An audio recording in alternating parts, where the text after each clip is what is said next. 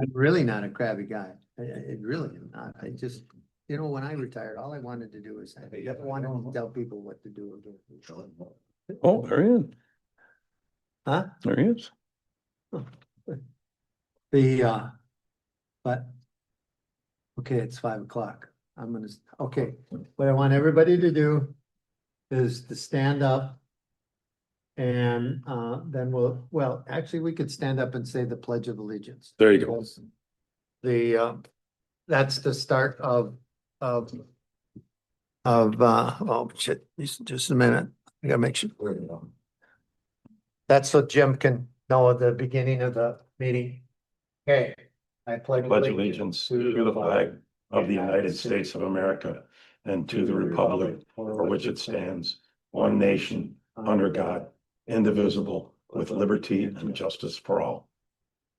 Good. Now Jim will know the beginning of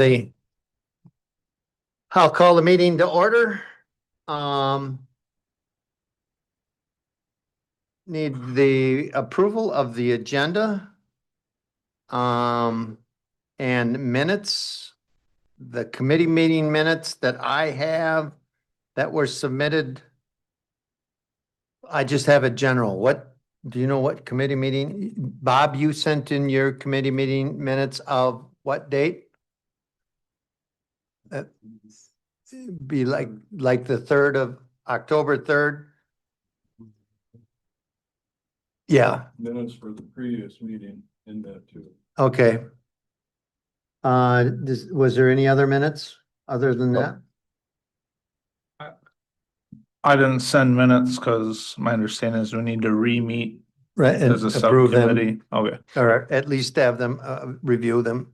Yeah.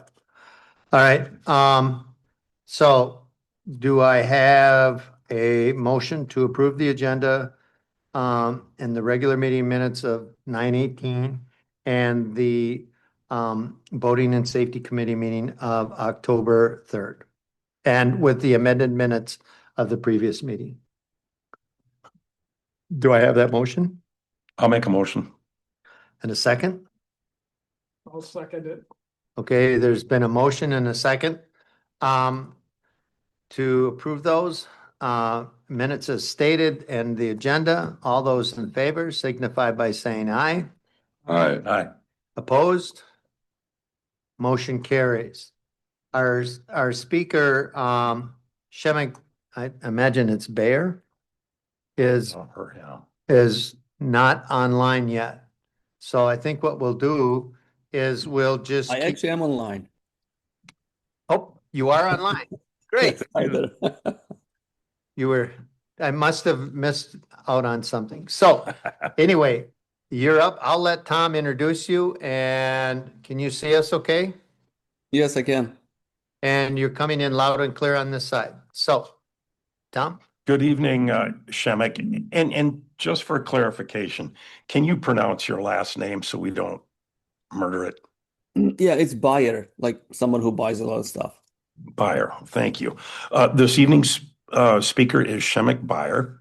He is the co-founder of Carp Solutions, and we have seen his work in a few locations, and I asked him if he could come and kind of introduce what his company does, and he was very gracious in doing so. So I'd like to welcome you, Shemek, and I will turn the floor over to you. Yes, thank you. So, yeah, thanks for the opportunity. My idea for this, that this would be more like a question and answer session. I hope that still works for you. But I think I can start by, explaining what we do, and then I'll talk a little bit about your lake. I looked up the available fish surveys online, and maybe we'll start with that. So I am the owner of Carp Solutions. Carp Solutions is a University of Minnesota startup company that I established 10 years ago. And I also work at the University of Minnesota as a research faculty. And I've been working there for the past 20 years. And my whole basically academic career is in common carp assessments, management, developing new technologies. And if you go on our website, carpsolutionsandman.com, you can find info about the technologies we use. There's YouTube videos, a lot of pictures. So we do basically all steps involved in carp management, starting with initial population surveys, then developing plans to manage carp, and then actually conducting carp management, which includes, removal of carp, installing carp barriers, and so on and so forth. So we do a lot of things related to carp management. In our initial discussions, I know that there were some questions whether, this is Tainter Lake, whether you have excessively abundant carp population or not.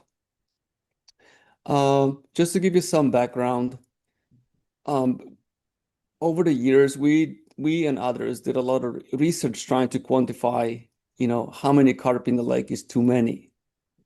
And it turns out that the ecological tipping point is about 90 pounds per acre. So keep that in mind. Tainter Lake is a pretty big lake. It's about 1,700 acres.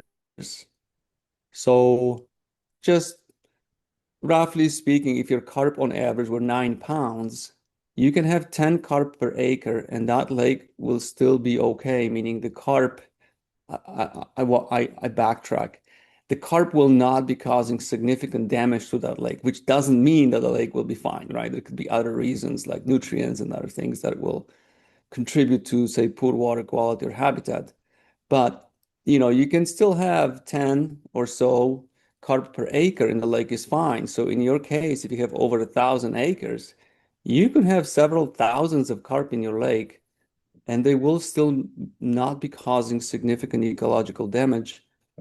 And I'm saying that because, sometimes we work with groups who see carp spawning. And when the carp are spawning, they're easy to see, and that gives you an impression that you may have a lot of carp in the lake.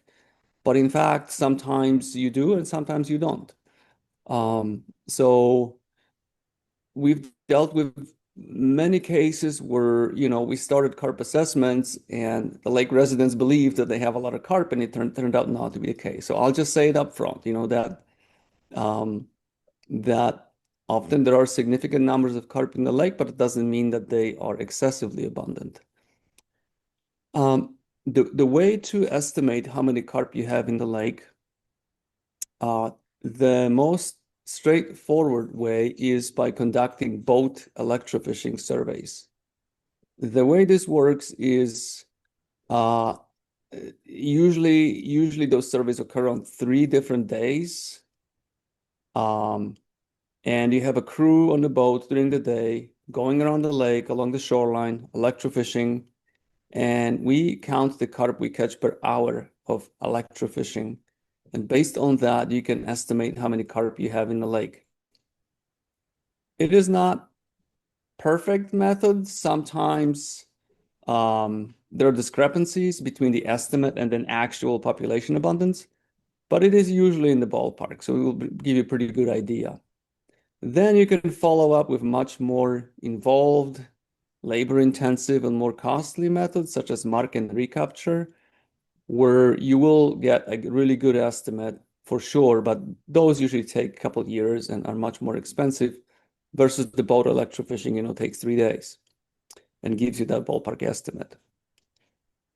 So ahead of this meeting, I actually looked up the most recent lake survey conducted by the DNR, and that was in 2022. They used boat electrofishing, and they also use trap nets or fike nets. And they electrofish a couple days right after ice out. So I wouldn't count that because I wouldn't expect them to catch any carp right after ice out. But then they did a couple more days in the summer, and I think a couple more days kind of lower down in the river, in the more river-like section. And they caught no carp. They saw 3. So, that to me suggests that you may not have excessively abundant carp population. Just to give you an idea, a typical catch for an abundant population of carp could be between 10 and 30 per hour of electrofishing. And maybe I'll stop here and see if you have questions. I think we'll have plenty. Um, One of the questions that I have was that historically, Tainter Lake was commercially fished for carp as recent as the mid 80s. And it produced, I can't remember the exact amount, but I want to say 35,000 pounds.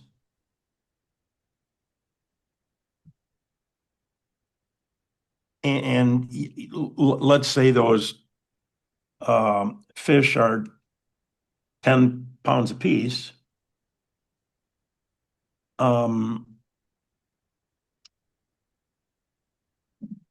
That's still quite a few carp, right? Yes. So would there come a time when the carp leave the lake on their own and don't become a problem? They go upriver and don't return? I think that would be unlikely. Okay. But has there been any significant change? I know that the dam operation was modified, I think, I don't know, something like 20 years ago or so. I don't remember exactly, but I read something about that. Yes, they changed from a to a Tainter gate system, so they had more control of the shoreline and help stabilize the shoreline. I don't know if that would cause problems or help things. The only possible connection might be if that new dam structure somehow prevents carp from moving into the lake during the spring, from downstream sources. Well, I it's at don't the know. bottom of the lake, but what it changed more than anything is the fluctuation of the water level of the lake. Okay. I don't know if that would have anything to do with carp, but that's the major difference. Now the water level doesn't really change much. It used to change 3 feet. 3 feet, yeah. So whenever you have, we call it disturbance, like droughts or floods or water level changes that are pretty abrupt, especially in the spring, that tends to favor the carp because if you have but that's usually the case when you have kind of like a flooded area, marshy, kind of meadowy area. They like to go and spawn there, and those areas usually don't have a lot of, we call them micro predators like bluegills that eat carp eggs. So that usually helps carp, but I don't know if that would be the case. In your work, Shemek, is there an opportunity for volunteers to help defray some of the costs? Yes. Yeah. Actually, we've developed a method to, engage people who live on lakes, kind of like citizen science. We have developed those baited traps that are largely automated, and they are a typical size is 30 feet by 60 feet. It's like a big rectangular net that you set up along the shoreline in shallow water. And there's metal posts with counterweights around the net. And the lake residents bait the nets. It usually takes about a week to train the carp to aggregate inside the net. And the nets can be programmed to, we call it trip, meaning lift the sides of the net at night when the carp are feeding. And so the way it works is, we install the nets, then the residents bait, trip the nets, remove the carp, and you can repeat that cycle about once every 10 days, maybe once every 2 weeks. And you can do that all summer long. Okay. And I would also say that, so we lease those nets to lake associations and watershed districts and other companies. Before we do that, we recommend that you do a simple baiting test. You basically put laundry mesh bag filled with cracked corn, maybe a couple bags in different locations in the lake, and then just monitor bait consumption. If you have good bait consumption, and common carp is pretty much the only fish that eats that bait, other than channel catfish, but it's primarily carp. If you have good bait consumption, say, 20, 30 pounds per day, then it's likely that you will catch some carp. If you have poor bait consumption, then you know right away that that's just not a viable method, and you're not wasting time or money. So should we be completing this bait test before we have you come in and do electrofishing? You actually could. You could do that, say, early next summer, maybe late June.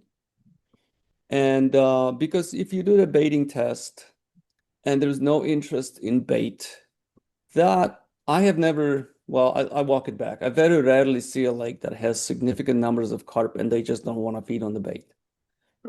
So, if you don't have a lot of interest in the bait, the consumption is low, the DNR's electrofishing suggested very few carp. At that point, I would say yes, it's very unlikely that you have, excessively abundant carp populations. You may still have a couple thousand carp in the lake, but they will be very difficult to catch. They would be, it would be costly to catch them, and catching those couple thousand carp would probably not have a huge effect on the lake. Okay. I have a question. So when we did our carp bounty tournament, I went out, we saw and tried to harvest a bunch of, I think we got a couple buffalo suckers. So we talk about carp, but do other bottom feeders like that create the same problems in a lake? And should we be thinking of them as more of a larger group that we need to count the numbers on, or is it just carp that create the problems? No, it's just carp. Black bullheads may cause some problems too, but I'm guessing you don't have too many of them. Buffalo, I think you probably have the big mouth buffalo. Yep. Those are actually plankton feeding fish, so they don't even feed on the bottom. They tend to swim in the middle of the water column, and they're filter feeders. Another question I would have, back to your, I missed the number that you said was the tipping point per acre for a healthy lake. It's 89 pounds per acre. All right, I got that right then. The second question I would have, we've talked to the fish biologist that did the survey pretty extensively, and then we meet with her regularly. I know that, and I can't remember specifically in the report, but my understanding was that carp may not show up in that survey report because they were not looking for them. And so I don't know if they made mention of that, but that's what the biologist told us. So that may be why there is an absence of, any record of them. And hence, that was the impetus for us to start this whole carp tournament. And number one, to take carp out, but number two, to survey where we're getting the carp and how many people are catching. And our goal, our 3-year goal is at the end of 3 years, absence of the DNR, not electrofishing carp, is to have, at least we would have anecdotal information as to the number of carp in the lake. Right. So the DNR report, the way it says in the report is that they did not net the carp, but they counted the carp they saw. So, and then in the results section, it says that they saw 3. It's possible that if you're not netting, you're not really counting, and maybe you miss some. So that's what the report says. So I have a question about the tournament. So when was the tournament, and what were the results of it? Well, the tournament was Last weekend in May, well, I'll let Tom speak to it. Last weekend of May, first weekend of June. first weekend of June. And the last weekend in May was just before the spawn. I think we got like 29 carp. And then the Sunday of the last or the first weekend in June, I think we had 120, 103. 103 carp. They hit the spawn. That Sunday was the spawn. And so I think totally we took out about 150. And what were the methods? They were just shooting him with bow and arrow. Okay, so just it wasn't like they were migrating somewhere and there was like narrow connection where they aggregated. No, that was both upper and lower Tainter Lake, and they were uh, basically they were in the weeds and in the shallows, preparing the spawn and then during the spawn. But so, And how large were they? oh my goodness, there were some small ones, I'd Oh. say 5, 6 pounds, and then there were some big ones, I'd say over 20 pounds. Okay. Yeah, some big females, maybe 20, 25 pounds with 5 pounds of eggs. Right, right. Well, I mean, those are significant numbers to get. I don't know how many people participated. Well, that was the thing, on Friday night, the first night of our tournament. We had 20-ish 18, boats. 18 boats. 18 boats. And they hadn't really started the spawn. Sunday, when the spawn really kicked in, we only had 3 boats and they got over 100 fish. So what we're gonna do next year is run the tournament for 9 days straight. And to help people figure out when will be the best time is we're going to try to post the water temperature daily. So, Yeah, so I think you're doing the right thing, meaning if it is the case that you have carp in the lake but not excessive amounts, the bow hunting is kind of the way to go because it doesn't cost much, I'm guessing. Those are probably volunteers, and you actually can make a significant dent in whatever is in the lake.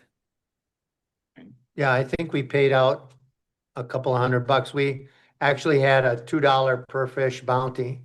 And then it didn't cost us more than a couple $100 and lost sleep because we manned the key or the registration all night. But we're getting smarter in our old age, and next year we're gonna have a kiosk and they can shoot a photo and put take a picture of the QR code and then submit it, and we'll pay them that way. I mean, it's probably we were going to rely on their honesty, but we had people coming all the way from Iowa to shoot carp. So these guys are pretty intense.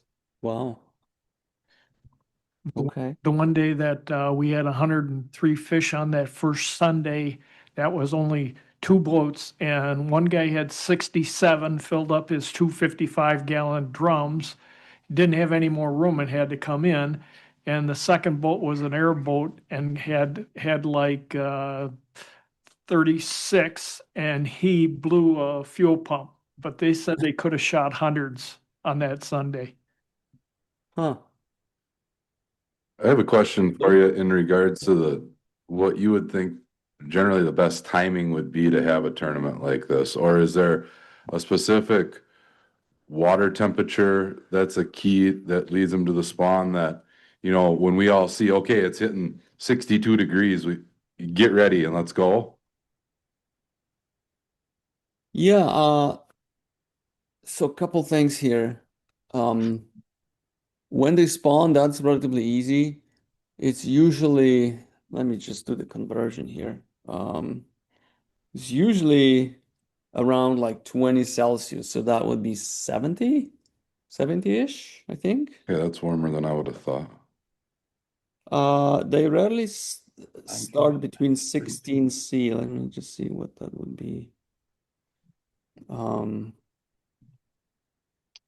so like the lowest possible you can expect is about 61 Fahrenheit. Okay. And the peak is usually around 68. So 61 to 68 degrees Fahrenheit for the water temp, it should be our sweet spot to be able to catch them spawning. No, I would say like the 61, that's like the lowest ever reported in literature. Okay, okay. What I got see in lakes is usually in the 20 degrees Celsius mark. So I would say like upper 60s, maybe 67 to 72. Shemek, how long does the spawn last up here in Wisconsin, mid-Wisconsin? Well, it can last easily a couple of weeks. Like in a lot of metro lakes here in the Twin Cities, it may last a month. It depends on the weather too, because if you have, a warm week and then you have a cold spell, that puts them down and then they start going again. But couple weeks, I think it's, to even a month sometimes. Another question regarding your work. How do you determine price for electrofishing surveys so we can plan if we decide to go that route? Right. So we kind of function like, I don't know, a landscaping company or something like that. We bring in equipment, we have an hourly rate, and we don't sell the fish. We don't make any money on that because there's basically no market for carp. Sure. So, um, you know, usually for a 3-day survey with a crew of 2 people traveling, that's usually between 5,500 and 6,000. Okay. We could just do a day where we go out for a day, we shock the whole day, and there's like very, very few carp or none. And at that point, we could say we can keep going for 2 more days, or we can just call it, and because it just doesn't look like there's a lot of carp. It depends on permits too. In Minnesota, we have to do 3 days because those are the standard methods. So they don't want us to do, say, a day or 2 days. We always do 3.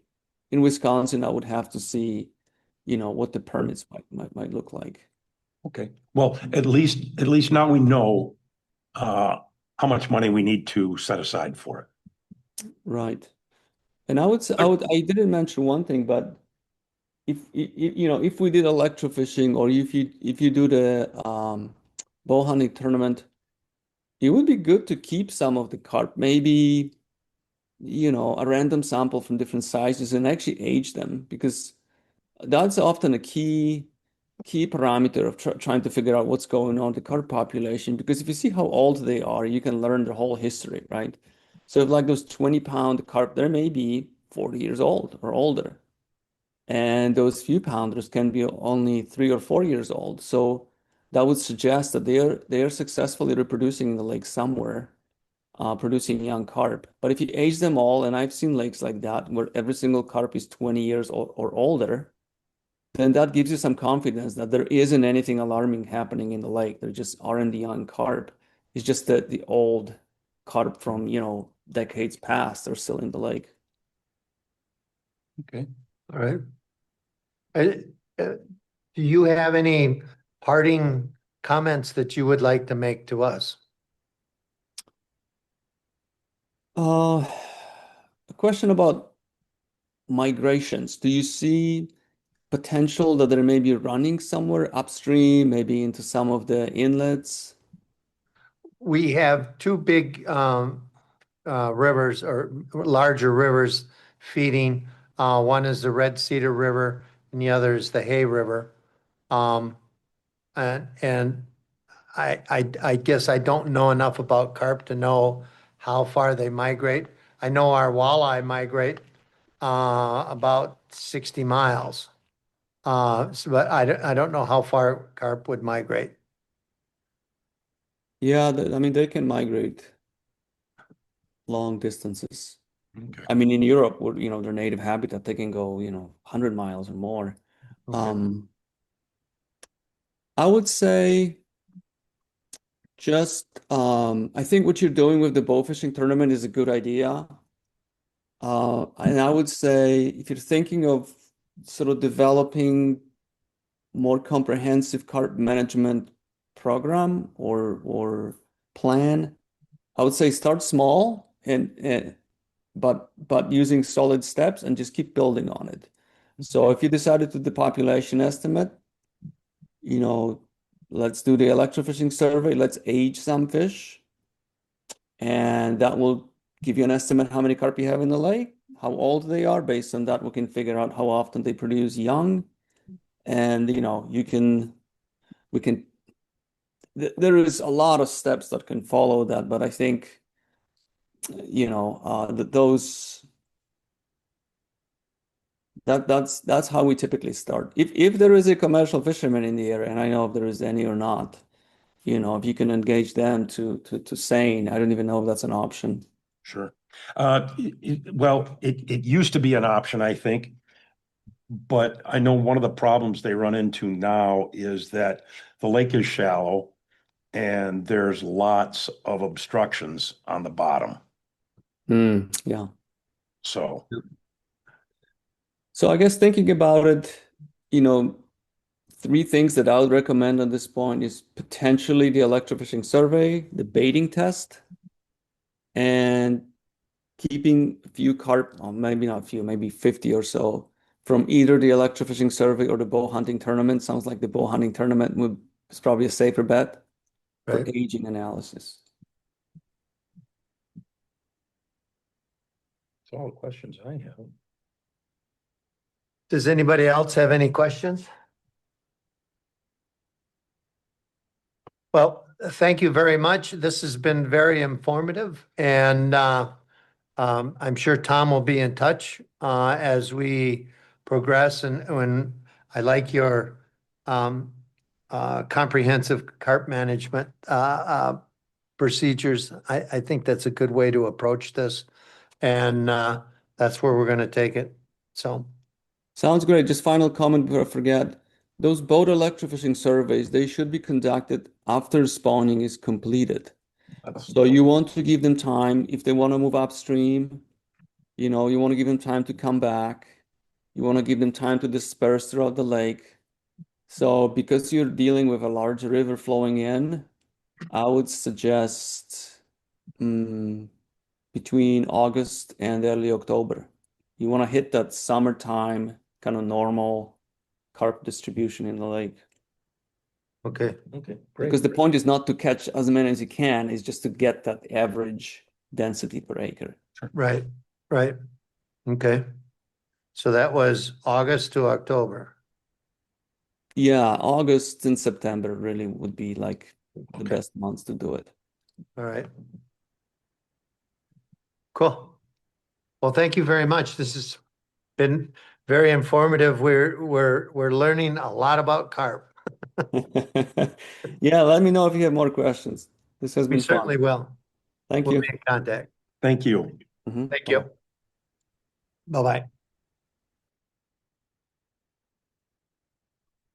Yeah, I think, all That was great. right. Good questions. By the way, he wasn't on the screen, and that's what I had to call Jim to see what I was doing wrong. All right.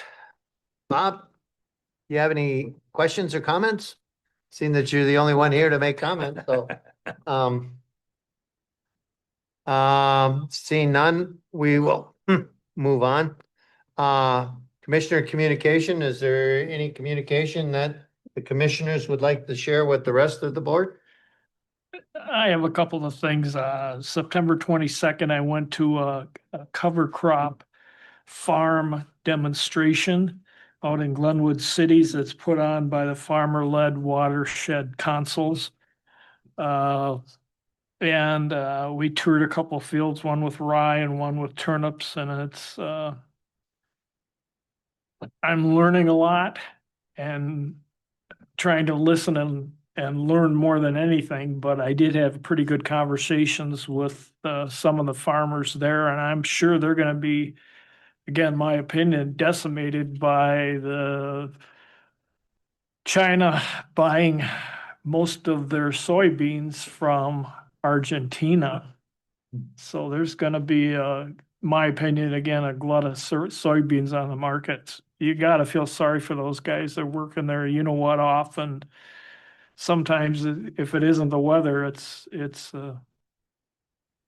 the politics gets them.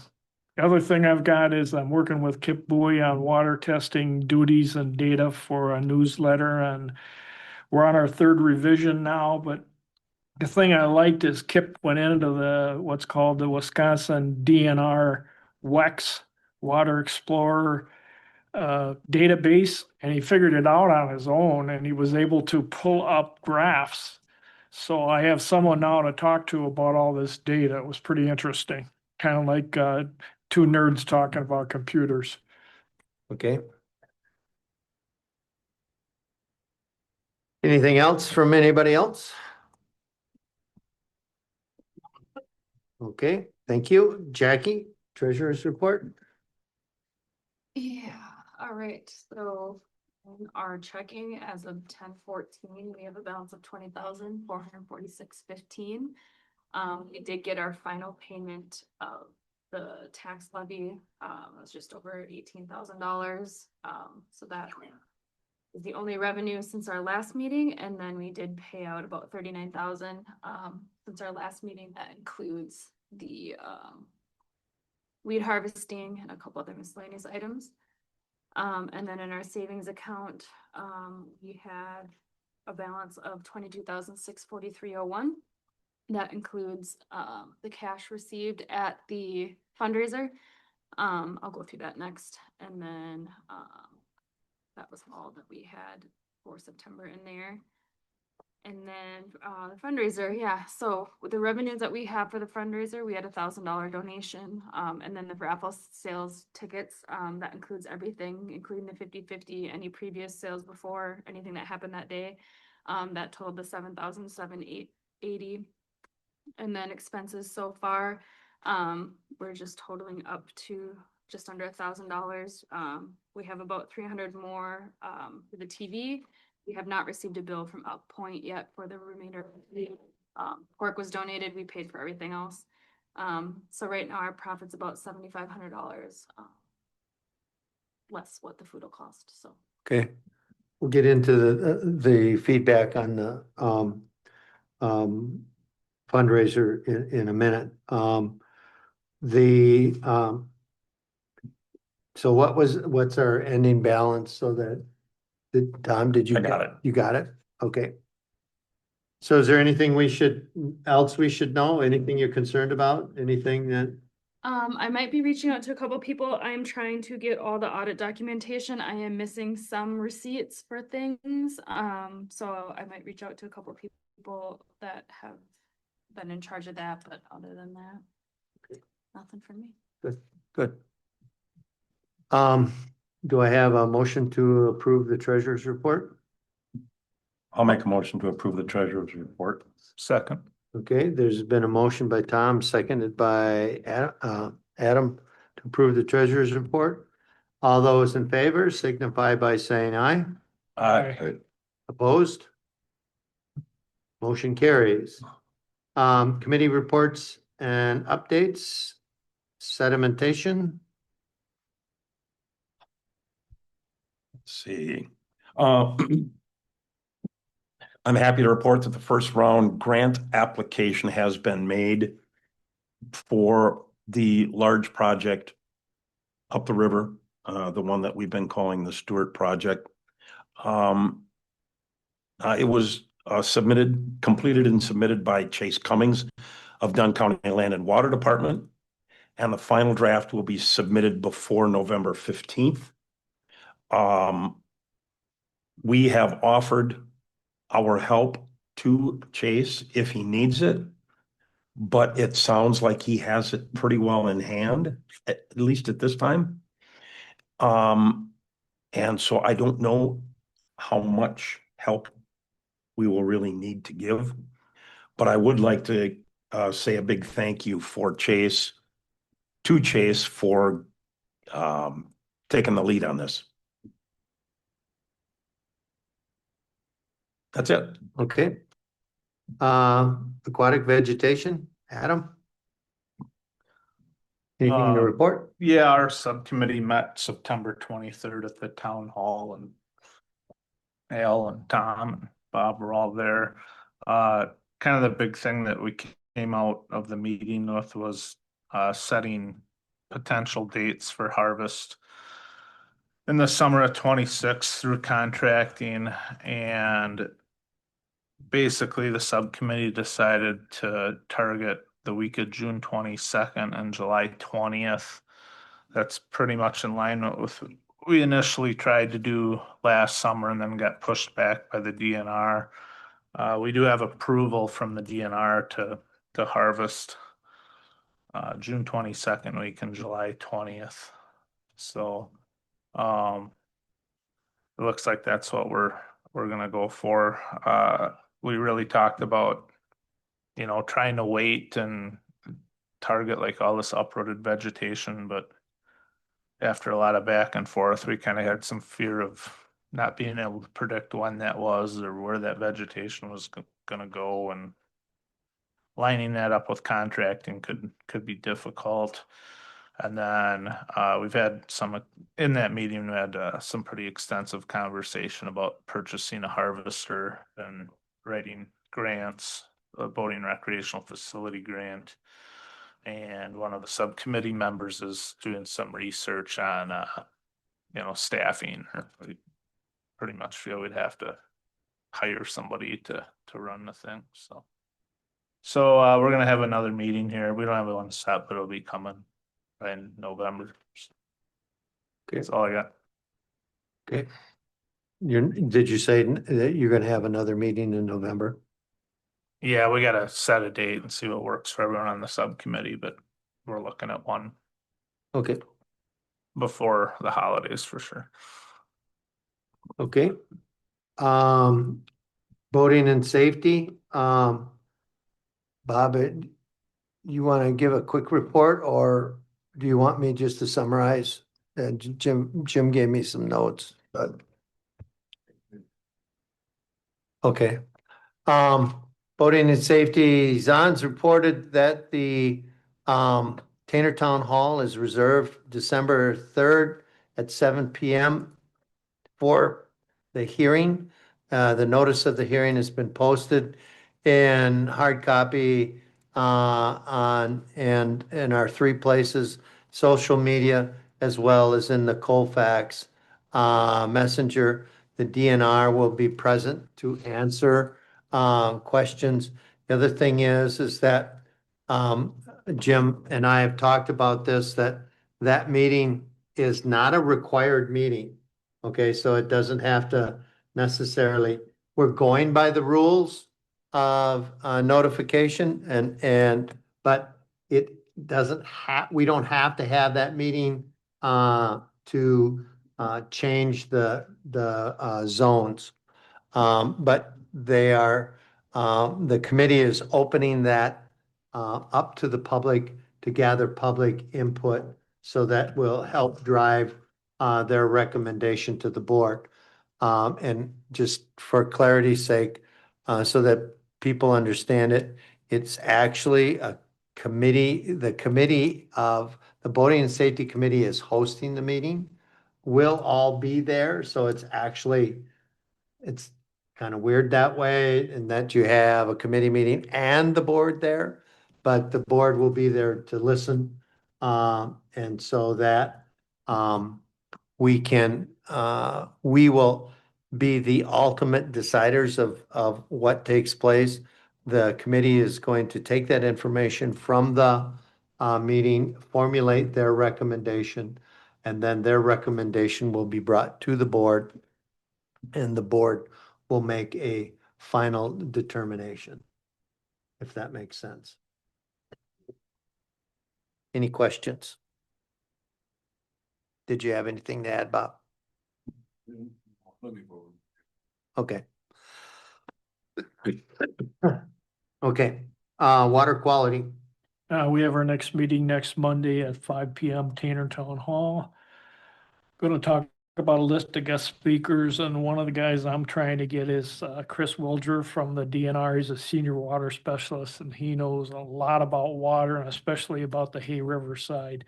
Gonna talk about some of the projects to work on next, and gonna start talking about the carp removal and who wants to really be involved in that kind of a subcommittee. Tom and I talked about some people that volunteered last year that want to be involved this year too. Good. Well, This Monday, October 20th, Bob, 5 p.m. Tainter Town Hall.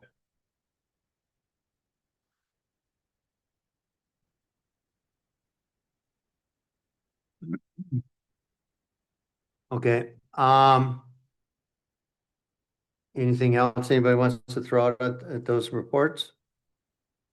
Okay, hearing nothing. We now come to the discussion and action portion of our meeting. September 20th fundraiser. Jackie and Grant, you two were the driving forces behind that. Anything to report? Feedback? What do you want from us? Nice job, did good. Thank you. Yeah, I was pleasantly surprised at the turnout. Just would like to say thank you for everybody that took time out of their day on a Saturday to come out and support the Lake District. Hopefully you had fun. It did seem like everybody was kind of enjoying themselves. The kids selling the 50/50 raffle tickets. I know my kids are pretty happy doing that for an afternoon.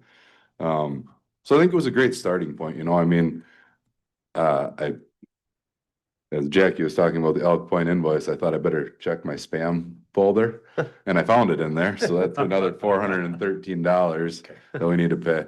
So we're gonna come out, roughly 6,000 in profit, which I think is a pretty good start for year one. Definitely would be interested in getting feedback from you guys, board members. Think what things we could do different to try to drive those dollars up a little bit. And then definitely people that are, lake residents and other people that enjoy Tainter Lake, if you were there and you can think of better things that we could do next year, email me, and hopefully it doesn't go to my spam folder, but open to suggestions there. So yeah, I thought it was a good start and something to build on.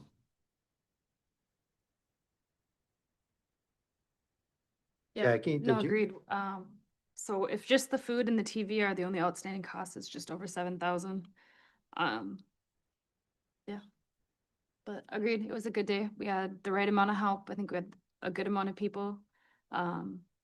We need to figure out the donating online thing. We had a lot of people that were trying to do that and that wasn't working. So we might have had more, we might not have, I don't know, but so we got to get that going. And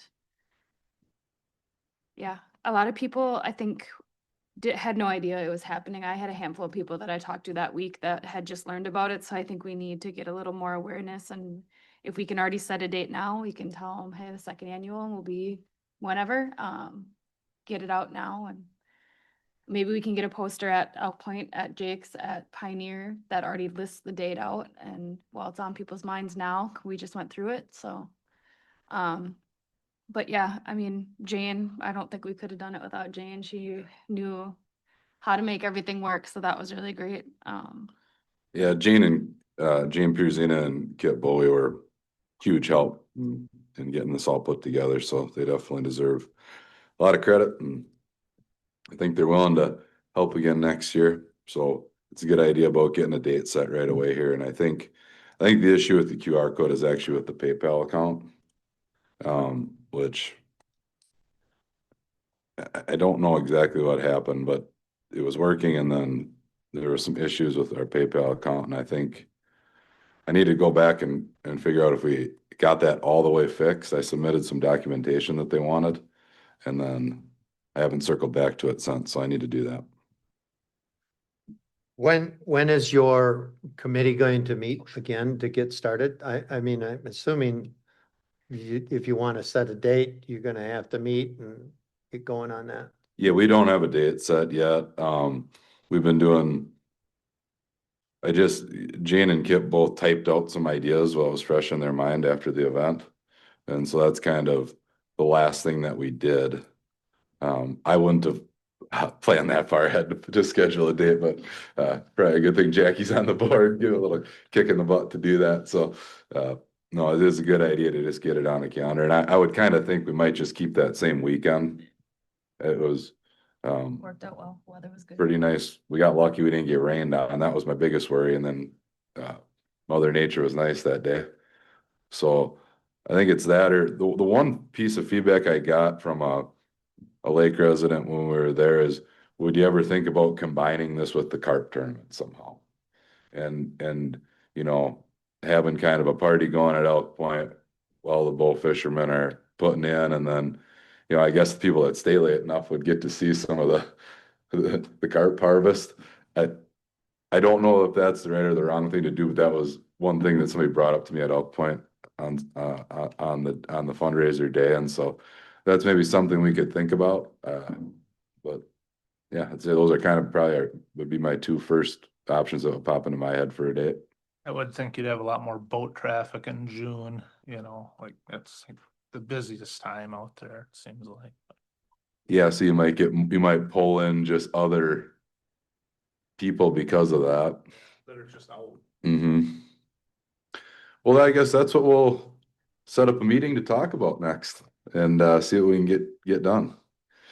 Yeah, it would be nice to see that as an annual event and so it's predictable. The first one, you can't predict, Yeah. but you know, once you have your first one, then you start your second annual, and if it's around that September 20th date, then that will help you. It makes the advertising easier that way as things go on. Yep. Okay. Anything else that you wanted to share with the group? I don't have anything more. Nice job. I think you guys, your committee did a good job. Everybody worked hard, and I think that tent was Yeah, we can That- thank we can thank my father-in-law for the free tent, although I should have paid better attention. The first time he showed me how to set it up was probably almost 10 years ago, and so we had to do a little bit of our own engineering getting it all right, but it didn't blow over and it got back to him in one piece, so that's all that matters. Well, I thought it actually went for, you know, for you not knowing or remembering how to do it. I thought it went up and came down pretty easy. So, Oh, we had a great team there led by the General Jan Gerard, so he deserves a lot of the credit. He is the man with the plan there. okay, good. Well, thank you, and thank everybody that participated in that. I think it was a good event. I enjoyed myself, by the way. That weekend is usually my birthday, so and next year I expect presents in the form of Yes. Yes. We 15 can ounces. sell raffle tickets and there can be a table where people can leave out gifts. Yeah. Yeah, birthday gifts. just I like it. liquid refreshment. Yeah, that could be some drink tickets. Yeah, I like that. Okay, anybody else have any questions? Nope. Okay, approval of the insurance quote from Bursted Insurance. I sent that to you. I can't bring it up on my computer because I'm recording this and I don't want to mess with my computer. But it was, Got it. So the total on all three is 1,847. A $314 cost reduction year over year, so that's good. It looks like he went and got yep, in the marketplace, get a little bit cheaper there, so. yep, yep. No, he bid it, he went out to, for two of the three items. For the errors and emissions, or the board one, we didn't qualify for a cheaper rate. So, but he tried on all three, but we still saved $314. So, I would make a motion that we approve the insurance quote from Bursted Insurance. I'll second. Okay, there's been a motion and a second. Is there any more discussion? or questions? Okay, all those in favor signify by saying aye. Aye. Opposed? Motion carries. Discussion, and pre-planning for, the Tainter Lake, a larger lake management plan. Adam and I have been having numerous discussions about, this management plan, and as you know, in the past, when we started the strategic plan, that was kind of a baby step towards the larger management plan. And when we get into the management plan section of this, that's a big comprehensive plan. And you notice tonight that Shimmick Buyer said, he also mentioned a carp management plan. So all of these plans, kind of feed into revitalizing and protecting our lake, which is our mission statement. So, but it's a pretty extensive process, and it's going to cost some big bucks. And then there's some significant grant writing. And I'll kind of turn it over to Adam and maybe Grant.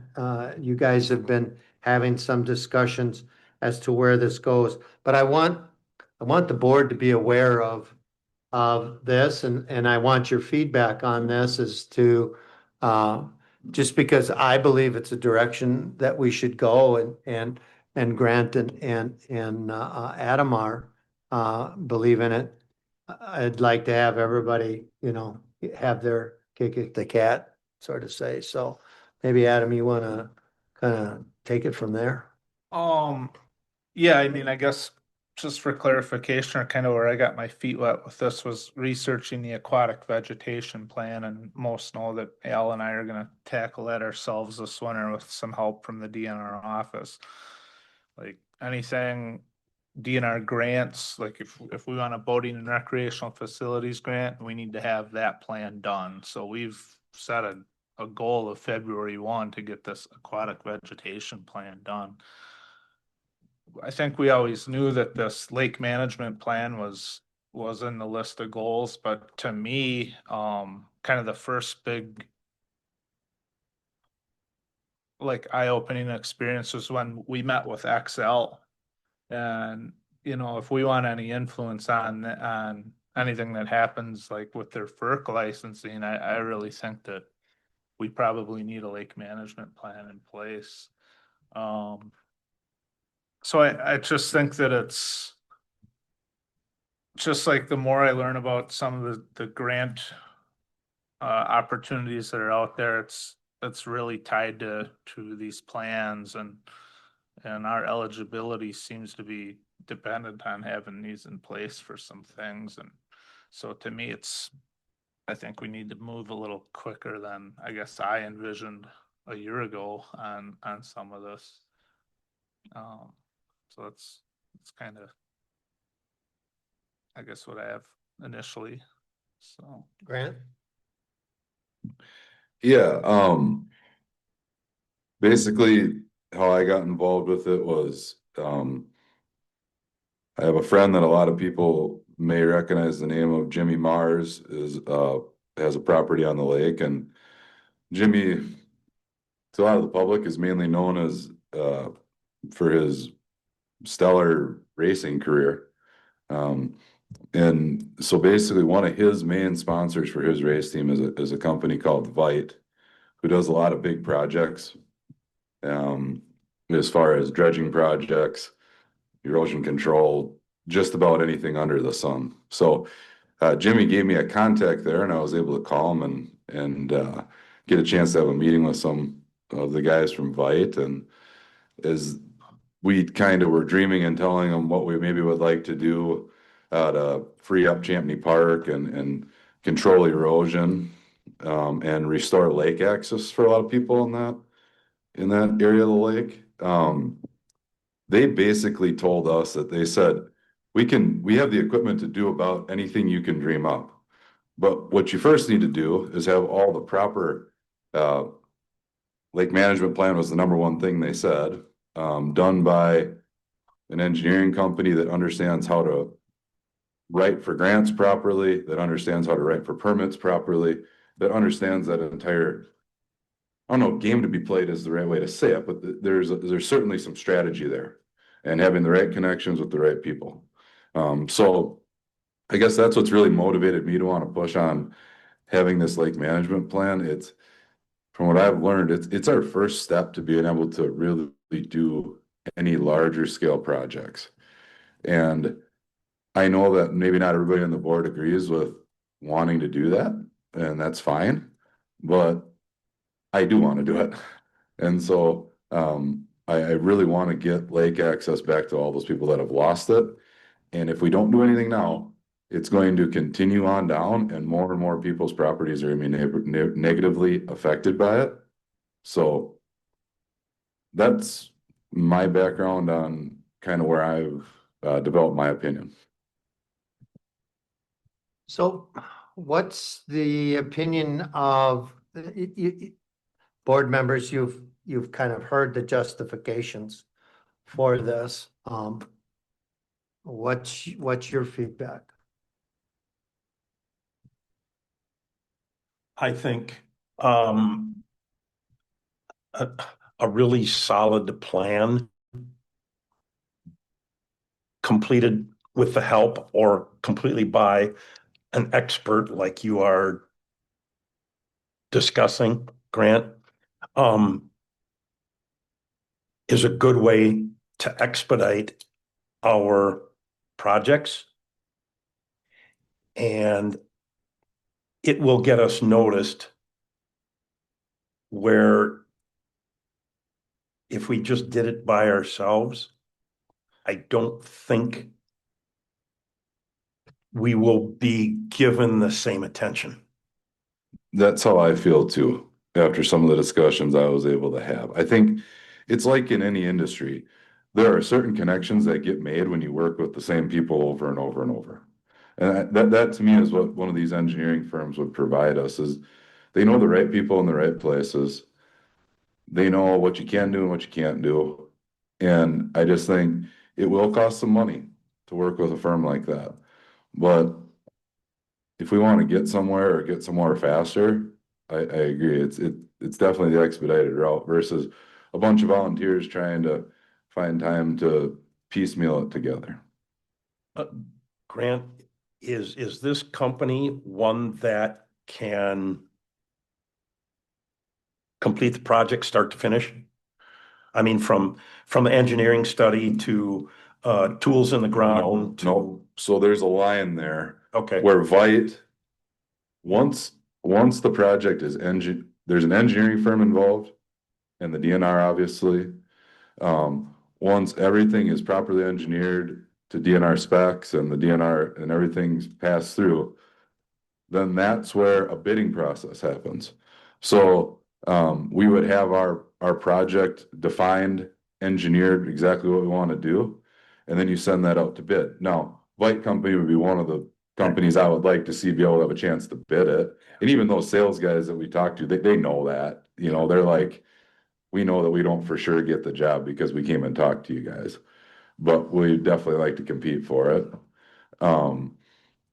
So basically you work with that engineering firm first and the DNR and probably some other parties that I'm not fully aware of that the engineering firm would help us through. And once that plan is defined, then it's taken to bid, and the engineer basically works with a company like Vite to complete the project. Did they give you an estimate of cost for writing a lake management plan? For writing the lake management plan, I don't have a good solid accurate number on that at this point. Adam, did they give us a number? I would caution you on throwing out a number because that's the number that we'll get stuck with. Oh, all right. But That's fine. Yeah, and I think there's some confusion that Vite is not an engineering company, or they're just a construction company. Right. They're just a construction Right. company. They're Right. not involved with any lake planning or. Okay. Right. It's just been my experience that once we start throwing around numbers, that's the numbers that stick to the wall. That's why I didn't wanna say a number. I think when you talk about taking stuff out to bid, I think, you know, what I suggested at last meeting was that we talk to a couple different engineering firms. And I think we should, and I think that's kind of something we should get a price from 2 or 3 different people on. I'm not always the type of person that says we have to take the lowest one if we think somebody else is gonna do a better job. But at least it's always good to shop a little bit. Right. Chuck? I got a couple questions. Adam, who are we working with for the aquatic vegetation plan that you and Al are gonna hopefully get done by February 1st? Who's the DNR contact? Is it still Tyler?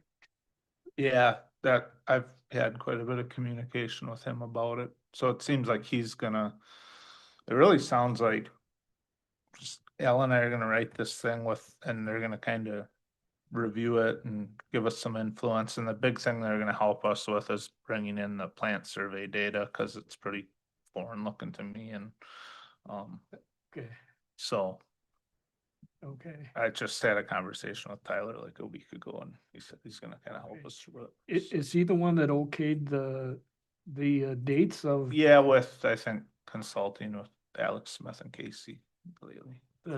He said he'd need to check with the fish biologist. That's really good. Yeah, I I think mean, that was encouraging to see. So, but yeah, and so I guess originally, probably 9 months ago, cause we were talking about like contracting this aquatic vegetation plan, and Al at the, Stevens Point conference gathered a bunch of company information and got it to me. And then I spent a lot of time reaching out to multiple companies about primarily doing the aquatic vegetation plan for us, writing surface water grants. And then discussion with some about like long term, maybe doing this lake management plan. And we kind of had, interest and not interest from other people. So I had calls with quite a few different companies and have emails full of quotes from grant writing to producing aquatic vegetation plans to producing full lake management plans. Yeah, so I've had exposure to quite a few companies that are in the, water resources business. So not etched in stone or anything, but when are we getting any pressure to get this lake management plan done, the big one? I think we should move faster than, like, I guess if I don't maybe feel Al out, but if you'd asked me 9 months ago, I would have thought this would have been like a 3 to 5 year goal. And to me, I think we need to move faster than that. The problem that we're going to run into is lead time, because what we're going to want to do is the first step, and this is one of the reasons why Adam and I decided with, I think, some positive encouragement from other folks that we could write it. Before we were going to write the vegetation plan, we had to write a grant to write the contract with a consultant to write the plan. Well, that's goes September, November, and then you're awarded in January, and we haven't even begun to write the plan yet. That's just to get a consultant. So Adam and I, we kind of said, well, we'll attempt this. We can always go back and contract somebody to do it. I think our fund balance is good enough. If we get in a real bind, we can work that out. The same applies to the management plan. We're talking, we're gonna be with the big boys and we're no longer in the little league. And so we're gonna have to write a grant for that. And when you write those grants, you know, that's 6 months to a year before you can actually get the management, start writing the management plan. So the sooner we get going on this, the sooner we can get that, all that process in order. So, and the other thing you have from I'm concerned as the chairperson of this group, that we have, the county writing a grant for a project. We're gonna be writing a grant for this bigger project or, getting some consultancy. There are a couple more grants that Tom wants to write. All of a sudden, we're going to be really, really, really busy. And from a management standpoint, it's going to be a lot easier once we have a single plan in place. And it's comprehensive enough to cover everything else. And that kind of brings, it connects everything back together. Okay. If that makes sense. Yes. That was a long answer for a kind of a long question, but that's what you get from me. Anything else? Okay, what I guess I would ask, board members is, to think of, I think I'd like to hear some, if we can get somebody to speak at our meetings, or like, just like we did tonight, to educate us on some of this stuff. Yeah, so as I said, I spoke with a lot of different companies and I don't think I'll name drop the 6 or 7 that I've probably spent quite a bit of time having conversations with. But recently I came across, and he's actually an engineer by background, but kind of leads these lake groups start to finish, doing grant writing, you know, helping assist with creating these documents and engineering projects. His name's Neil Paff with Veer Biker Engineering. He's willing to Zoom our November meeting. So he just really, of all the people I've spoken with, seemed like, yep, here's how here's how we can timeline this out. You know, like he really had a start to finish vision of like how to write grants, when to write them to fund this, you know, and kind of that process. Yeah, he definitely, and then I do have some pricing from him. And actually it was probably more reasonable than some of the other big engineering companies. Can we get him lined up for the next meeting? And then if you share that, some of that pricing stuff with me, I will get Yeah. that out in the next board packet. Sure, I can get the quote that he put together, and then he said, I told him I'd contact him after the meeting, but he said he'd put that in his calendar, so he should be a go to Zoom for us. Cool. I think they're they're like all over the state or maybe Midwest, and I think he's out of like Baraboo. I know he was heading up Mirror Lake, did a pretty big project recently that he kind of acquired all the grant funding for, and Okay. they did I think a dredging project in Mirror Lake. So, and he's kind of help these lake groups get plans going and do a lot of resources engineering. If you give me his information, I'll make sure it's on the next. Okay, yeah, well, I'll get some stuff. Agenda. I put it down here, speaker at the next agenda in November. Okay. And anything else? I think that's a good place to start. And we'll go from there. Yeah, and as far as like you have goals and timelines, I think he'll really know some realities of timelines for How it. long it's Like gonna we take. can sit here and say, oh, we're gonna set a August 1 goal of something, but he's gonna be Okay. way more well versed and say what's realistic and what isn't. I was hoping you'd say that. Yeah. Well, Okay, good. Anything else? Okay. I don't think there's any action to take on that. It was a discussion item. Review of the 25-26 work plan.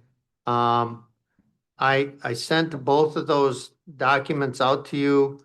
I'd like you to, review, especially, the committee chairs, the goals and objectives.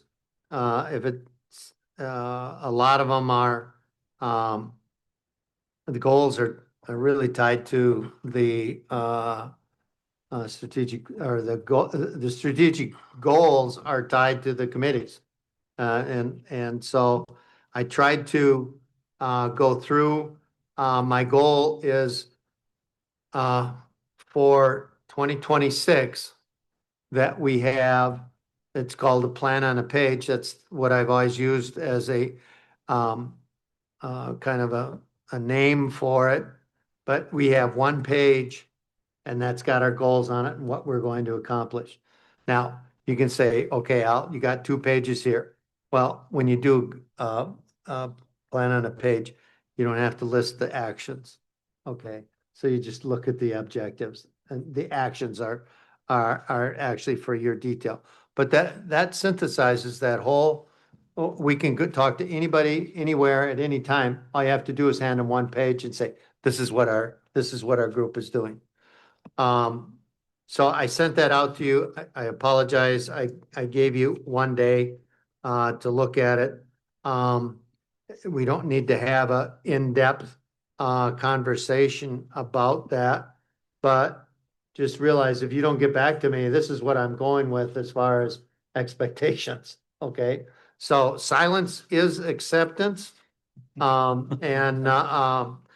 And so, we're going with that, but I tried to, based on the committee meetings that I've been going to, what I really want you to do is look at where you're at with your group and say, oh geez, this is way too much.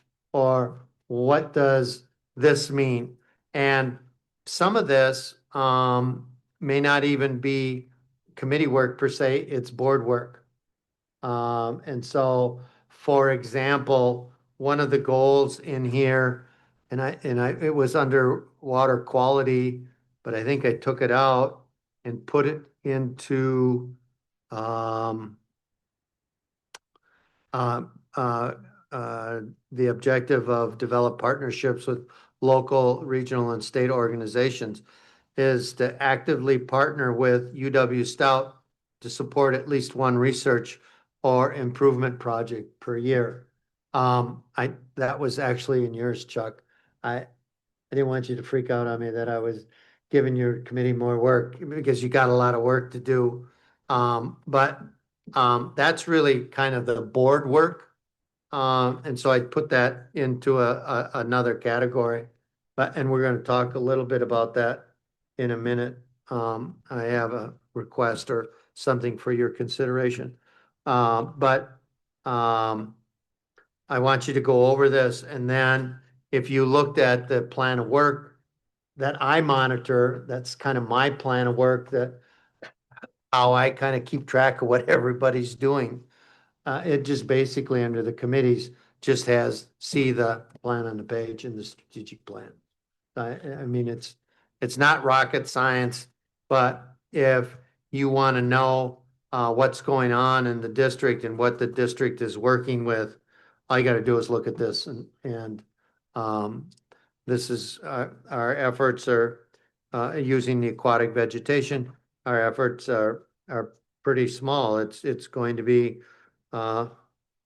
it's pretty small in actions, but it's kind of a large amount of work is to write that vegetative plan.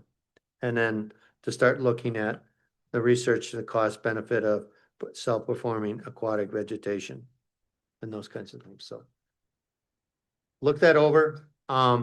And the other thing is I would encourage you to do is involve Jackie in some of this stuff. Not that, because you just don't, because you don't have a committee. It all flows through the budget.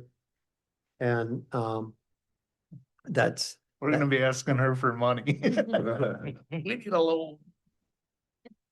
so, but it can, Jackie's experience with those dollars and knowing what's in the budget and those kinds of things, I think may save you some anxiety later on. So feedback from what you have. I mean, I'm not really expecting a scintillating conversation on this stuff, but it's out there, it's in front of you. I wanted one comment or question, kind of tie back to the grant that you said Tom submitted this month or last month. Is there a dollar amount of what you're achieving to get and then what you're gonna use it for? I'm assuming you have that all somewhere. I just don't have it. Oh, yeah, we're not the fiscal agent. Okay. The county is. We totally, we were pleasantly surprised, in that, Tom and I kind of expected that they were gonna submit the first phase of the grant, and then we would do the second phase. But they are doing both phases, so that they are the fiscal agent. And so our commitment to that whole project at this time is just the $3,000 that we set aside for contribution to the engineering study for the second phase. Does that make sense? So when Yeah. you, I guess that one in particular, when you're writing the grant, you already have a cost in mind you're looking for reimbursement. It's not just like a, here's 10 grand, then we decide what to do with it. But there are grants that are like that, right? Right, So- well, anything from the state is very specific. And you have a budgeted item and then the grants that I've written, you have a budgeted item and you connect that to one of your goals. Okay. I can show you the surface water grant, and it might be good that you have a copy of that grant and then the submissions.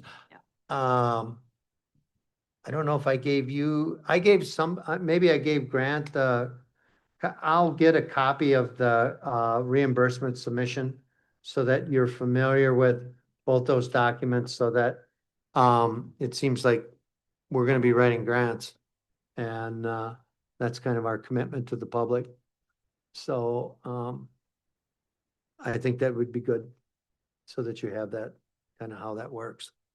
And the gears of the state turn slow. Well, and I think you're gonna want to do similar to what we did with the fundraisers when we start getting grants, putting out there what we got and what we did with it too. Right. Yep. Yep, and that will be your job to make sure that we do that. Trying to get it ahead, so I'm not asking for it a year later. That's okay. We all take direction, so some better than others, and if you need help, let me know. Anything else on the research or any of the plans? I mean, I know I keep talking about this stuff, but I just don't want anybody to be surprised. Okay, board policy for committee minutes. Basically, like I said in my email, life got in the way. I just didn't do anything with this. I didn't have time.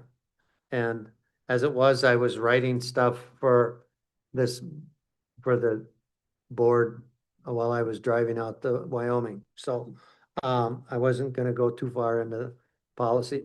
But what I'm trying to do is every time we have a discussion on a procedural piece, that we write a policy, so that the next time we do the same thing.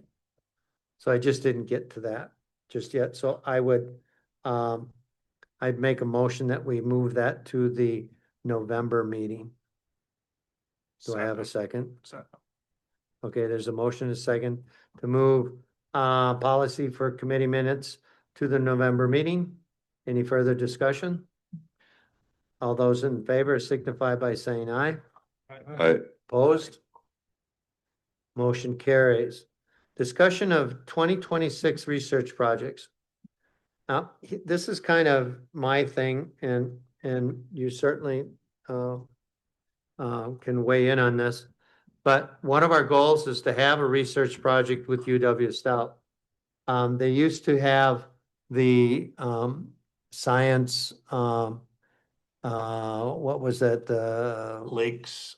yeah, LEU or Lake REU. And they used to do a whole bunch of projects. Well, that program is, I think it was federally funded through the Science Foundations or something like that. It's no longer there. So we're kind of on our own. I guess I would like to be able to use some of the money that we've fundraised because we didn't put it in the budget. But I would like to use some of the money that we fundraised to have a research project for next summer. I think I shared a while ago with the board an estimate that Tina Lee at UW Stout did. We'd have to pay for, a student to do it. But I think it was around $1,500 or it was less than $2,000. But they have a scale, if you're gonna use students for research, things like that, they have scales and procedures and stuff like that. And so that's kind of what she had estimated it to be. And I guess I'm asking if I can go forward and see if I can get something lined up. And I'll get an exact cost eventually, but the biggest thing is we have to take it out of the donated funds portion of it and not use the taxpayer dollars because it wasn't in the budget that we submitted at the annual meeting. You need a motion, Alan? Well, I need feedback first. I think it's a great idea and I Absolutely. mean, especially if it's $1,500 or $2,000, ultimately that research could be something that we're paying a private company $10,000 or $15,000 for, so if it's something that we think would benefit our organization or the way, seems like a no-brainer. I may have missed it, but what is the research? What are we researching? We don't have a topic yet. Okay, And I would suggest that it would be somewhere in the line of one of our efforts. For example, the two that come to my mind would be number one, who uses the lake? hmm Who's our audience? When we're talking about boating and safety, are we talking residents or are we talking non-residents? hmm What is that percentage? I mean, that makes a difference on how we couch things. The other thing I would say is for some of our future grant writing, what's the economic impact of Yeah. Tainter Lake? I can tell you what the tax impact is for the town of Tainter, but what is the tax impact on? So those are just some ideas. There's another one in there that's in the back of my mind that Stout has this whole repertoire of research projects that they've done over the last 10 years. And it's really kind of hard to find them. Yep. And wouldn't it be nice to have a database so that you could say, oh, I want to know about the economic impact of what the lakes mean to the area. Yep. Well, you put that in and search, boom, it brings up the studies that are related to that. Yeah. And so that it's categorized so that we have Stout on our side and they're willing to help us, but it's kind of, you kind of have to know the lay of the land to be able to get to where you want to go. And it would be nice if it was really simple. And just spend the time doing it. Right. I mean, I think you're right. If $1,500 we get a sharp college kid for an entire summer to work on something that seems like a good deal. Right. And I know Tina Lee, she headed up, they were some pretty broad studies, but that doesn't mean that we can't move into the limnology department and there's the biology department. There's some other things that as we go along that we can use this data when we write grants. Is this something that we should put in the budget moving forward? Yes, that would be my other suggestion that, I wanted to try it first to see what we got. Yep. Now, realize when you ask for student work, you get student work in return. You don't get, a professional that's had 20 years of experience and something. But on the other hand, I just kind of wanted to see if, number one, it's a goal of ours to partner with Stout. Yeah. This is the way to do it. Number two, it helps us. We have a deliverable at the end that we can use. Yeah, I guess I think it makes a lot of sense to give it a try. I agree with the idea of trying to build a good relationship with UW South. I think a lot of good knowledge and resources there, and it's right in our backyard. So, yeah, I'd make a motion to spend. But I don't need any money. I just need approval to move forward with lining it up. The reason why I want to do the lining up now is because then we can search for the student now before they get summer jobs. Yep. You wait until December, and if they're on the ball, they're looking for summer jobs already. And so I want to, Yeah, we want to get to the ones that are going to be the most probably on it. Right. Yep. Yep. Okay, well, then I make a motion that would give Al permission to pursue a summer intern for a research project next summer. I'll second that. There's been a motion and a second. All those in favor signify by saying aye. Aye. Opposed? Motion carries. Next meeting is in November. I don't have the, 20th, I think, Al. Yep, right before the holiday, yep. deer hunting. Ooh. The agenda items, I have a speaker.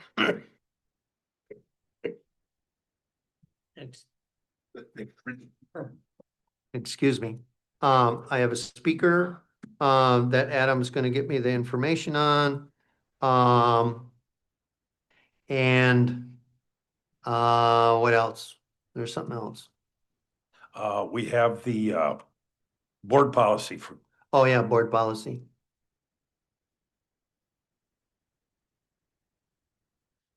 Is there anything else you want put on the agenda?